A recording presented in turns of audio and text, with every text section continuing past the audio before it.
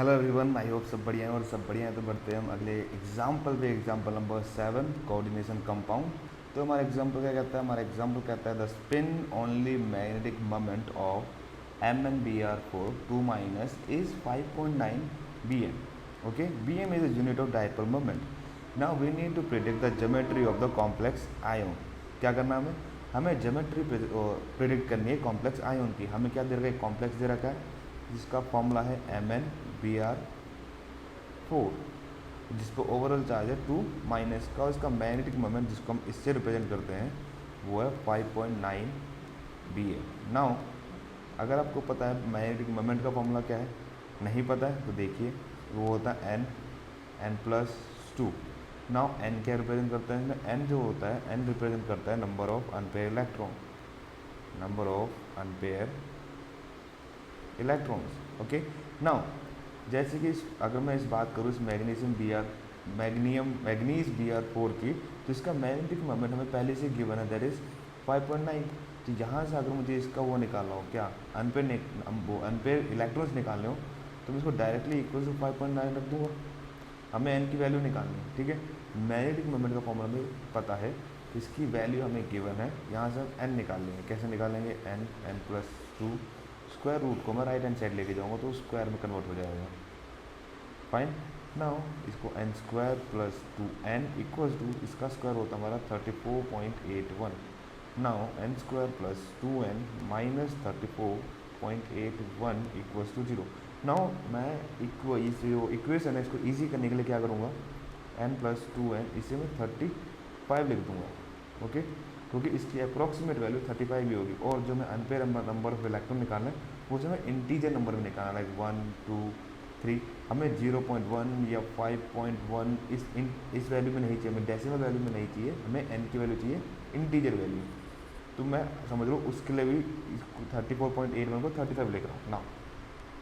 ये हमारी क्या आप देख सकते हैं क्वाड्रेटिक इक्वेशन है, क्वाड्रेटिक इक्वेशन जिसमें n² + 2n - 35। अगर आपको ये सॉल्व करना आता है तो बहुत अच्छी बात है, नहीं आता है तो देखो। तो क्या करेंगे सर? n² + 7n + 5n - 35। अब मैं मैथ का टीचर नहीं हूँ, बट इसलिए मुझे इससे मैं एक्सप्लेन नहीं कर पाऊँगा अच्छे से, फिर भी मैं कोशिश करता हूँ। ठीक है, क्या करना होता है आपको? इस 2n को आपको इस तरीके से लिखना है। देखिए, पहले आपको मल्टीप्लाई करना होता है जो n² का जो कॉफिशिएंट है उसको इस वैल्यू के मल्टीप्लाई करना है। यहाँ पे आप देख सकते हो, यहाँ पे कुछ नहीं है, n² के साथ मतलब 1 है, जहाँ कुछ नहीं होता वहाँ 1 होता है। सो 1 × 35 इज़ 35, राइट। तो आपको ऐसा नंबर यहाँ पे लिखना है 2n की जगह। 2n की जगह आपको ऐसे नंबर लिखने हैं, ऐसे दो नंबर लिखने हैं जिनका जो मल्टीप्लिकेशन हो 35 है। मीन्स आपको दो नंबर लेने a और b जिसका मल्टीप्लिकेशन 35 आना चाहिए। एंड आप जो ये दो जो नंबर होंगे ए बी, इनका जो सब्सट्रैक्शन होगा, इनको जब माइनस करोगे तो उसकी वैल्यू 2n के बराबर आनी चाहिए, जो कि बीच में ये है। आपको 2n की जगह रिप्लेसमेंट चाहिए ना, तो अब क्या नंबर होने चाहिए? ऐसे दो नंबर के साथ आपको रिप्लेस करना है ऐसे, जिनका मल्टीप्लिकेशन 35 के इक्वल हो और उनका सब्ट्रैक्शन 2n के बराबर हो। तो अब यहाँ पे देख सकते हो मैंने कौन सी नंबर ली? 7 और 5। ठीक है, 7 और 5 ली मैंने। अब 7 और 5 को मल्टीप्लाई करो, क्या हो जाएगा? 35, राइट।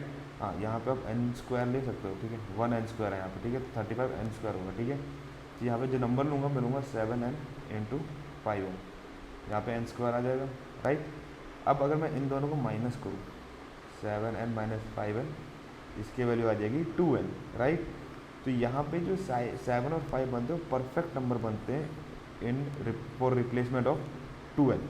ठीक है, समझ में आ गया कैसे मैंने लिया है 7 और 5? मैंने इस तरीके से लिया। ये थोड़ी मैथमेटिक्स है, आपको मैथ के टीचर ज़्यादा अच्छे से समझा पाएंगे इस चीज़ को ना। आप आगे देखो, अब मैं क्या करूँगा? अब केवल इन दोनों को देखना, आप इन दोनों में कॉमन पार्ट क्या दिख रहा है आपको?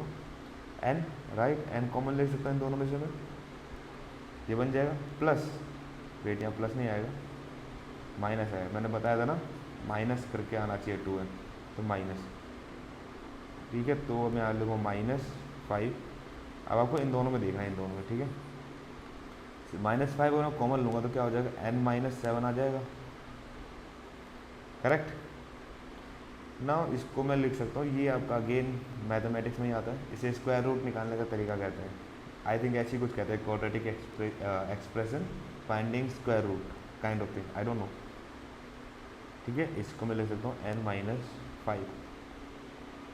अब n+7 n-5, अगर इस एक्सप्रेशन को देखोगे, ये वाला ये फाइनल एक्सप्रेशन है, इस एक्सप्रेशन को देखोगे तो यहाँ से आपकी n की दो वैल्यू आ सकती है, एक आ सकती है n-7 और एक आ सकती है n+5।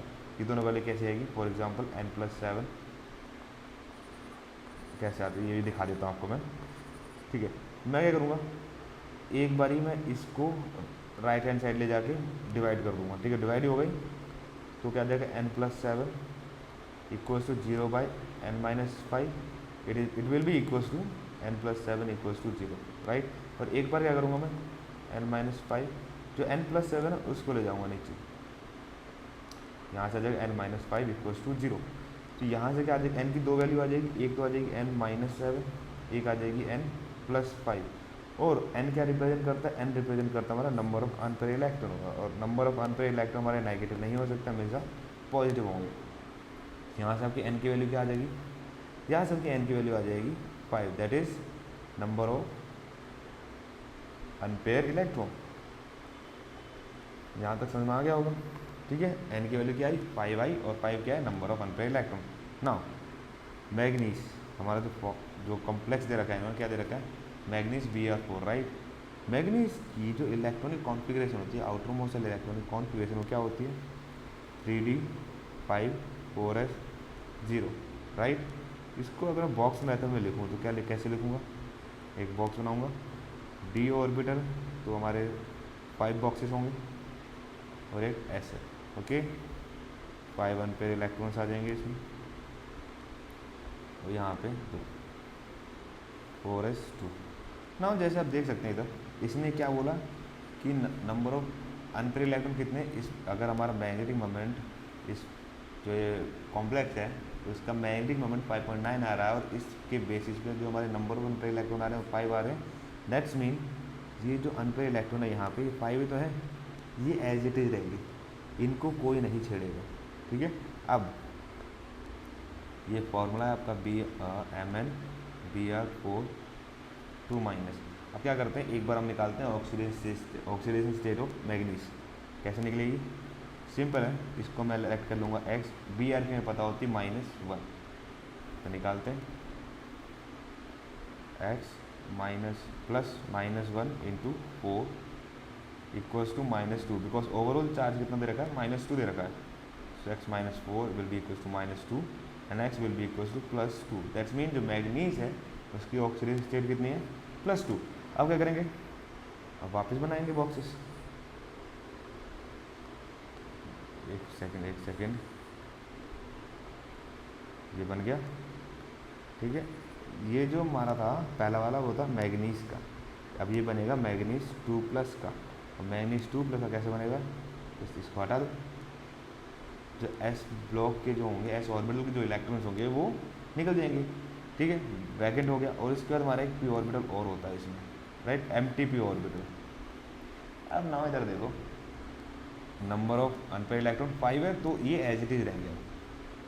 ठीक है, इनको कोई नहीं छेड़ेगा। अब हमें क्या करना, कोऑर्डिनेशन नंबर है हमारा Br4, that is Br4 Br bromine के इलेक्ट्रॉन को हमें ऐड करना हो, कैसे करेंगे ऐड, सिंपल, यहाँ पे एक एक करके डाल देंगे।